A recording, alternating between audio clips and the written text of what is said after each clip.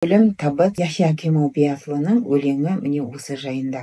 Үнсіз кеме. Якорь түсіретін күн келген уақытта міне, белгісіз жаққа аттанар бұл жағалаудан бір кеме. Ешбір жолаушы жоқтай үнсіз аттанар жолға. Бұлғанбайды ол кеткендерге орамалда, қолда. Жағалауда қалғандар бұл саяхаттан мұңды.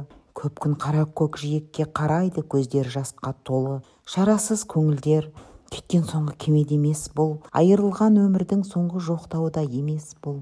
Өмірде сүйікті болған, және сүйген босқа күтеді. Білмейді ғой кеткен сүйіктілер қайтып келмейді. Бірталай кеткендердің әрқайсысы риза орнынан. Көптеген жылдар өтті, қайтқан жан жоқ сапарынан. Сессіз кеме, артық демir алмақ күні gelmişse zamandan. Meşgule giden bir gemi kalkar bu limandan. Hiç yolcusu yokmuş gibi sessizce alır yol. Sallanmaz o kalkışta ne mendil, ne de bir kol. Rıhtımda kalanlar бұл seyahattan ilimli, günlerce siyah ufka bakar, gözleri nemli. Biçare gönüller, ne giden son gemidir bu. Hicranlı hayatın, ne de son matemidir bu. Dünyada sevilmiş ve seven nafile bekler, bilmez ki giden sevgililer dönmeyecekler. Birçok gidenin her biri memnun ki yerinde. Birçok seneler geçti, dönen yok seferinden.